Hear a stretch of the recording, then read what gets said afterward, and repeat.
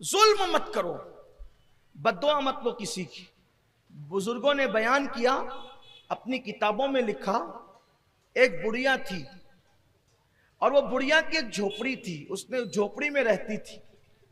आजकल हम देख रहे हैं अपने मालेगांव शहर में भी मालदार लोग गरीबों को दबाते हैं, ताकतवर लोग गरीबों को दबाते हैं, बिलखुसूस थोड़े से जिनको अल्लाह ताकत और कुव्वत देता है कमजोरों को दबाते हैं।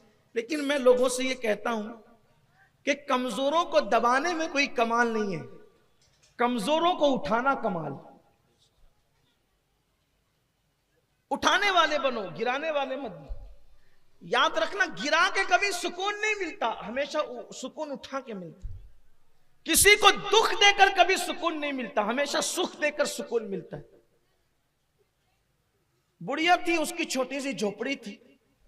एक बादशाह को ख्याल आया कि मैंने कोई महल बनाना है अपना। महल के लिए अपने नौकरों से कहा, सिपाह से कहा, मेरा महल बनाना चाहता हूं नया, जमीन देखो। जमीन देखने वहां क्या मामला था, कोई खरीदी बिक्री तो करनी नहीं थी, पूरी सल्तनत बादशाह की थी। उन्होंने एक जगह का इंतखाब किया, जगह मुंतखब हो गई, महल की संगे बुनियाद रख दी गई, महल की तामीर भी शुरू हो गई, महल बन भी गया। महल बन गया जंगल में, तो जंगल में तो मंगल ही हो गया। जब महल बन गया तो किसी चापलूस ने, क्योंकि लोग कहते हैं ना शाह से ज्यादा शाह के नौकर जो डेढ़ होशियार होते हैं, तो ऐसे ही होता है। चमचे बड़ा खराबा करते हैं, चमचे इर्द गिर्द के लोग बड़ा खराबा करते हैं। अल्लाह की अमान मांगिए। पहली बात तो चमचे रखिए ही मत। मालदारों के इर्द गिर्द तो हो ही जाते हैं, मालदारों के इर्द गिर्द हो जाएंगे, ताकतवरों के इर्द गिर्द हो जाएंगे, अहले इल्म के इर्द गिर्द हो जाएंगे। जरूरत नहीं है, जरूरत नहीं है।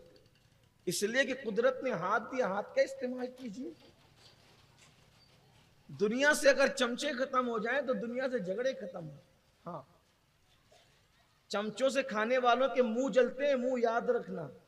इसलिए कि हाथ से खाओगे ना तो हाथ बताएगा कि कितना गरम है कि नहीं गरम है, चमचा कभी नहीं बताएगा।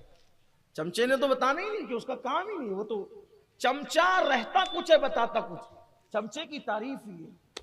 इसलिए आप घर में हो तो भी चमचे मत पालो।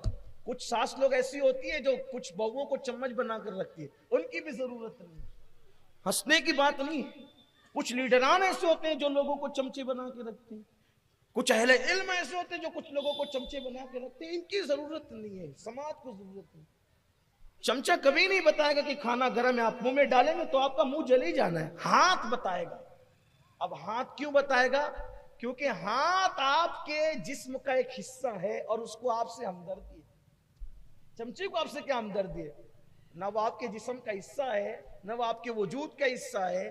वो तो बना किसी और फैक्ट्री में, आप बने कहीं और है। बहरहाल अब मैं चमचे पर ही बात करूं तो फिर कुछ चमचों को भी बुरा लगेगा ना, तो छोड़ दीजिए, बात तवील ना हो। तो बादशाह के किसी चमचे ने कहा, बादशाह आपका महल तो बड़ा खूबसूरत है, लेकिन ये बाजू में ये बुढ़िया की झोपड़ी जरा अच्छी नहीं लगती, ये झोपड़ी अच्छी नहीं लगती। बादशाह ने कहा कोई बात नहीं। अब बादशाह के लिए क्या था झोपड़ी हटाना? बादशाह जो ठहरा, बादशाह ने कहा बुढ़िया को बुलाओ। बुढ़िया को बुलाया। कभी ये झोपड़ी की जो तुम्हारी जगह छोटी सी झोपड़ी है, इसको खाली कर दो, इसकी जगह जहां तुम चाहोगे हम तुम्हें जमीन दे देंगे, वहां झोपड़ी बना लेना। यहां मखमल में टाट का पेवन लग रही है आपकी झोपड़ी, हटाओ यहां से।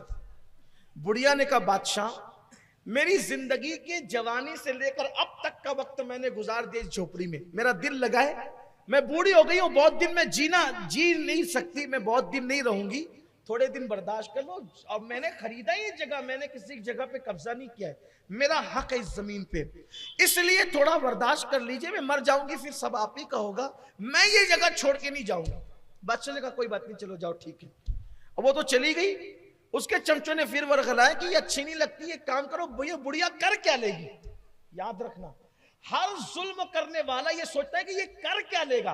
वो कुछ नहीं करेगा, वो कमजोर है, वो कुछ नहीं करेगा, लेकिन उसका जो रब है वो बहुत ताकत वाला है, ये मत भूलना कभी। जुल्म करने वालों को ये कभी मत नहीं भूलना चाहिए कि इंसान कमजोर है, मगर उसका रब, उसका खुदा बहुत ताकत वाला है, वो बहुत कुव्वत वाला है, वो बहुत गैरत वाला है।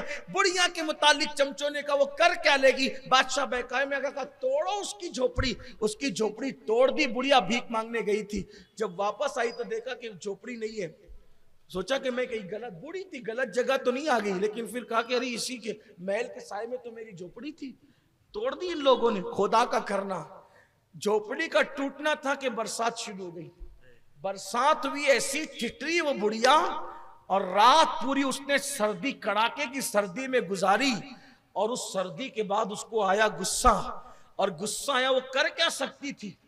दिल से फरियाद निकली, आसमान की तरफ निगाह उठी, मौला मैं यहां से गई थी, तू कहां था? उसके मजलूम के, अल्लाह के रसूल अलैहिस्सलाम फरमाते हैं मजलूम की दुआ और अल्लाह रब्बुल इज्जत के इजाबत में कोई पर्दा नहीं होता। इधर मजलूम के मुंह से दुआ और बद्दुआ निकलती है, और उधर इजाबत इलाही से टकरा जाती है। अल्लाह अकबर। क्या हुआ? क्या हुआ? कि मैं नहीं थी, तू तो था, और मैं कमजोर हूं, मगर तू कमजोर नहीं है। मैं किसी इंसान से नहीं, बल्कि मैं तुझसे इंसाफ चाहती हूं। बस इतना कहना था, तुझसे इंसाफ चाहती हूं। एक जलजला आया और बादशाह समेत पूरा महल जमीन के अंदर धंस गया। ये बद्दुआ का नतीजा, ये बद्दुआ का नतीजा है।